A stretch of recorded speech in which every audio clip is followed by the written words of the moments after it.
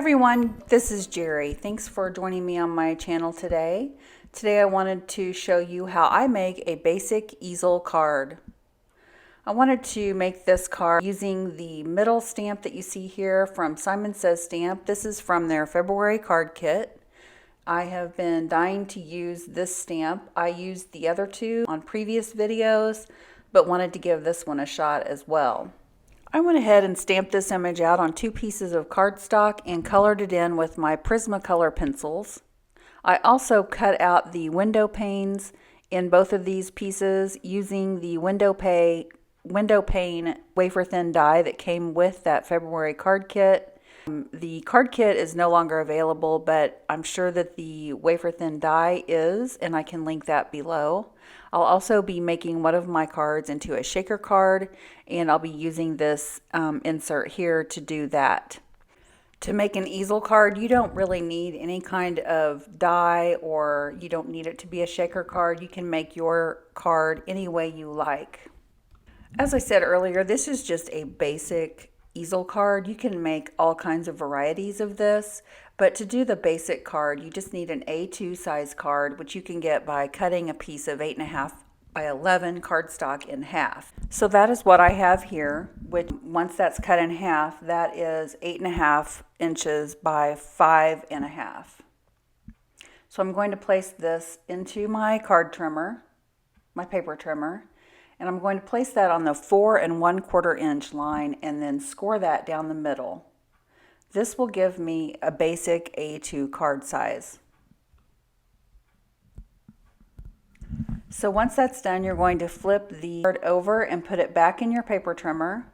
And this time you're going to score on the 2 1/8 inch line, which will give you a line right down the middle of your front card flap.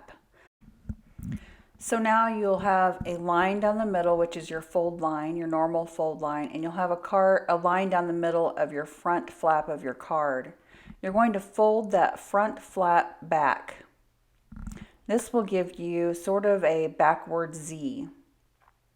So this will be the base for your easel card, and now you're going to want to create some fronts for your card that will be glued onto these bases. So to get these, you can just use an 8.5 by 11 inch piece of paper again and turn it horizontally. So you're going to put that on the 5.5 inch mark. You're going to cut that down the middle, and then you'll turn this paper horizontally again, putting this on the 4 1/4 inch mark, and then you'll trim that down the middle as well. This will give me 2 pieces of the card fronts that I need for my 2 cards that I'm making today. If you're only making one easel card, you will only need one of these. So you have your card base right here that we created just a minute ago, and your card front. So you're going to want to stick the card front onto your card base. To do this, I would suggest using some score tape because it really is a strong way to adhere your card together. I also would suggest that you make sure you get that score tape right up next to the edge of your card flap. You're gluing it to that flap, that piece that folds back. And it's really important to get that right up next to the edge so that you don't have a little seam there. It looks like it's all one piece. Now I'm going to go ahead and assemble my first card. So I chose some periwinkle colored cardstock to put on the card front, and I'm just going to adhere that using some Tombow adhesive tape runner here. I like this tape runner because it's not permanent at first, so it gives you a little bit of time. If you want to make some adjustments, you can do that. It doesn't get stuck down permanently until it's been down for a little while. So I really like this tape runner a lot. I use it quite a bit. And then, as I said earlier, this first card is going to be a shaker card, so I'm using one of these little plastic inserts. This one works with the die that I showed you earlier, so it just makes putting this card together really easy. It also gives you a lot less bulk with the shaker card, and since this is also an easel card, I didn't want to add any unnecessary bulk to this card. So that's why I'm choosing to use one of the inserts today. And once again, to put the insert into this card front, I'm going to use the score tape again, mostly because it just gives me a really good, strong, secure hold. And I want to make sure that whoever I give this card to doesn't have it come apart whenever they're shaking it around. I just want to make sure everything is good and secure. And as you can see, once you get the insert down in there, it fits perfectly. It just really makes a shaker card super easy to do. For my card, I'm going to use some little heart sprinklets. These are from Buttons Galore, and the name of these are called Sweethearts. It comes with red, pink, and white, but I just picked out some pink and white hearts because I didn't want the red ones in my card today. I'm just going to sprinkle some of those down inside of my little shaker window. What I chose to do is put a piece of pattern paper behind these windows. So I'm going to put more score tape around each window, and I'm going to place my pattern paper with the pattern side down on these windows so that you'll be able to see that through the windows when you're looking through your windows of your card. And voila, you have your shaker card. I just think these are so easy. It really makes it easy and fun to make a shaker card pretty quickly. So I decided I wanted some gold accents on my card, so I found this metallic gold paper in my stash. I trimmed that paper down and mounted that behind the shaker aspect of my card. And then I also wanted the word hello, and I wanted to have sort of a chipboard-like quality to it. I wanted it to be really thick embellishment on the front of my card. So I cut the word hello using that die out of 2 pieces of very thick cardstock. And then I just used some scrap cardstock that I had in my stash. And then I wanted the top of that hello to be in gold, but I didn't have any more of the gold metallic paper, so I decided to create my own using some gold embossing powder. To do this, I just used a scrap piece of cardstock, and I used some Versamark ink and just covered one end of that with the ink and then sprinkled on some gold embossing powder. Now, when I first did this, I heated that up with my heat tool, and what I got was a really grainy coverage of that. I'm not sure really why. I don't know if I had some bad embossing powder or what, but it turned out looking really grainy. So what I did is I just repeated the process. I took that piece of paper again, coated it really well with the Versamark ink again, and then coated it once again with the embossing powder, the same embossing powder. And then I just heated that up again with my heat tool, made sure it was good and melted, and it solved my problem. So I'm not sure if I just didn't get a good coat on there or what, but if you have that problem, you may want to try to use 2 or 3 coats, because that really seemed to solve my issue today. So I let that cool down for just a minute, made sure it was really good and cool, and then I placed my die on top of that and just cut the hello out of that gold paper. And then this will be on the top of my die embellishment, my hello embellishment that I'm going to put on my card. So once I had that cut out, I just assembled the different pieces. I used some Gina K Connect glue. I really like this glue because it's got a really good applicator tip. It lets you get like really tiny little dots. It never clogs on me, and once it dries, it's really good and secure. And so I just covered my hello in little dots of glue, stacked the 2 white on top of each other, and then I did the same, stacking the gold hello on the top. And this created a really nice, thick hello embellishment, which I put on top of the card that I'm creating. Okay, so now to just assemble this card and put it all together, I'm going to use some of that Gina K Connect and just glue the shaker piece to the front of my card, and then I'll use that same adhesive and glue the little hello embellishment I made and glue that to the top up right above the little shaker window area. Later on, I do decide to put some little gold hearts on this, which you'll see at the end of this video, and that really just added that perfect touch. Now, something that's really important with an easel card is that you will need to decorate the inside of your card as well, because when it's standing up like an easel, you're going to want the inside to be just as pretty as the outside.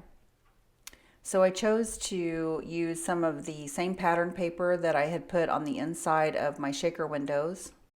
And I just glued that to the inside of my card using that same Gina K Connect glue. And then I used a little stick die to cut out and put around a sentiment that I stamped out. The sentiment is from Newton's Nook. But I wanted some more of that gold detailing on the inside of the card as well, just to pull it all together. So I just cut a couple of strips from that piece that I had created earlier with the embossing powder. And I placed a strip on the top and the bottom of the sentiment. And this is a good tip if you are ever trying to conserve on maybe some expensive paper, or if you're running low on some paper like I am here today. You can just take a piece of paper and attach it to the top and the bottom of your project. It gives you the look of matting. You know, it makes it look like you've matted something behind it, when in reality it's just a couple of strips. So it's a really good tip if you're ever running low on paper and need to mat something, or feel like you need to mat something. So I did that with these two gold strips, and then just used my scissors to trim off the excess, and then I glued this into the inside of my card. Now, another important thing with an easel card is that you'll want to have your sentiment, or you'll want some sort of an embellishment or something on the inside of your card that creates sort of a little ledge for the front of your card to rest against. And since I had embossed this piece of paper with the gold, and I had done it twice, it was a really nice thick piece of paper, and it created the perfect ledge for the front of my card to sit up against. So that's the first card finished, and as you can see, they really come out pretty. They're just a really nice display piece for someone who you're wanting to create a nice card for.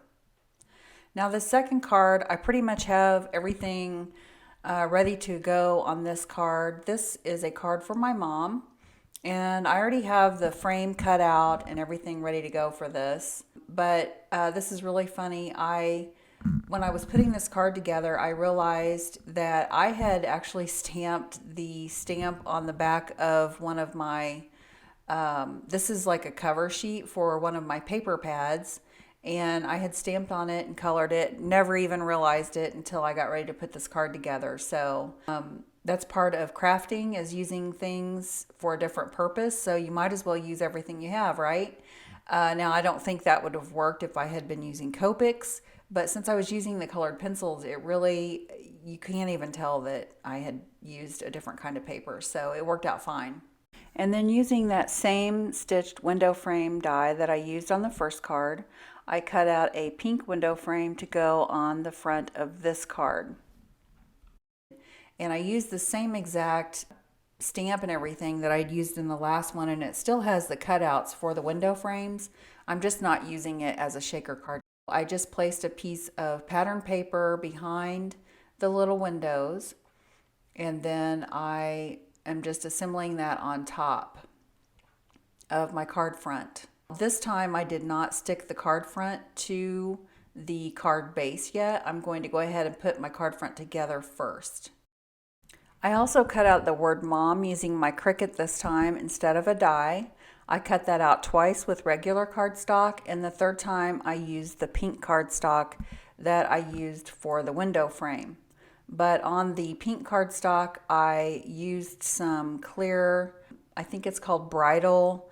It's embossing powder. It's really sparkly. It's so pretty. It's by Ranger, and if I've had it forever, but if it's still available, I will place that in the description box below. It's a really great embossing powder. It just makes it look like super sparkly paper. So I cut that out with my Cricut and then just glued those inside of each of the windows. Then I decided to use some of the little bitty stamps that come with this stamp kit. I wanted to add some foliage along the edges and kind of bring that foliage out toward the edges of the card. And I knew I was really taking a chance here because the way I needed to kind of work around the stuff that I had already stamped, I thought it would be really hard to put it into my MISTI and do this, so I just did it by hand. It worked out pretty good. There were a couple of areas that it didn't stamp down really good, but I just used this mono sand eraser to clean up any areas that I got the ink on in error. And then I also used a multi-liner to fill in with any areas that maybe didn't stamp out just like they should have. In the end, it really worked out well. I was happy with the way it looked. I did toy with, at this point, whether I wanted to leave that in black and white, but I ended up coloring it in. And then I used a Spectrum Noir pen to add a lot of shimmer to each one of these little leaves and flowers, and it turned out really pretty. I was super happy with the way it looks. So once again, you're going to take your card front and you're going to attach it to that card base that we created in the beginning of the video. Once again, I just used the score tape to do this, making sure I had it right up next to the edge of the paper on that piece that flaps back. That's where you're gluing this to. Then I just made sure I had this piece that I had put together really good and lined up, and just glued that to the front of my card piece there. Okay, and then once again, just like we did with the first card, you want to make sure that the inside of your card is decorated as well. So I used the coordinating paper to go on the inside of my card. I used the same paper that I used inside of the little window cutouts on the front. And I'm using my, this time I'm using my Tombow tape runner to place this paper down. And then I created a sentiment. I couldn't find one really. I didn't have any kind of stamps that, you know, really had a sentiment that I thought I wanted to use for my Mother's Day card. So I actually made up my own. I actually found one online and printed it out on my own using my Cricut and the pens that come with your Cricut. And I put a window frame around that using that same window frame set. But I forgot to make something thick on that so that my window, or so that my easel card would stand up. And thankfully I had used my Tombow tape runner to put that on, so I was able to easily remove it. And then I cut a piece of craft foam and I trimmed that down to fit behind my sentiment to put in my card. And that gave it just enough lift to give my easel front something to rest upon. Now, when applying craft foam, I personally have found that my tape runners don't seem to like to stick to that. So I usually use some sort of liquid glue. I used the Gina K Connect today, and it usually sticks it down really nice and secure. So now that I have that craft foam behind there, it was just what I needed to give me enough lift on that piece of paper right there so that my card front will sit right behind that and sit up nicely.